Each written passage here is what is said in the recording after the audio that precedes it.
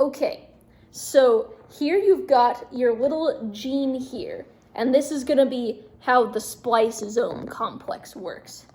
This is not the self-splicing introns that sometimes happen in bacteria, I think.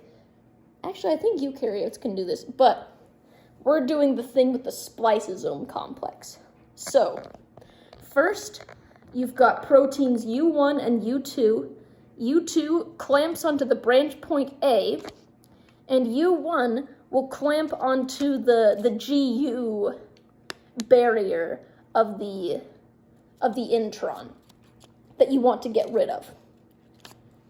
And so they're not really doing anything as much as they're just kind of chilling. Meanwhile, you have U4 and U6 that are bound together, and if you remember, U4's job is basically just to babysit U6 so that it doesn't do anything weird while it's unassociated. So, when the time is right, U4 disassociates from U6, then U6 will come over and kick off U1 and clamp onto the GU sequence.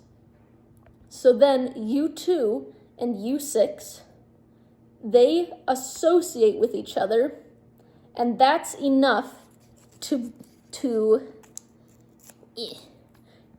break off this exon right here.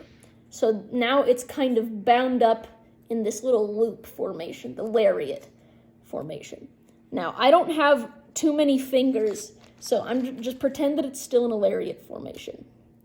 Meanwhile, U5 was just chilling, and it grabs the other exon, brings it over here to the other exon, and Dr. Johnson told me that this then associates with the other exon, which is actually enough on its own to break the bonds and make this into an exon.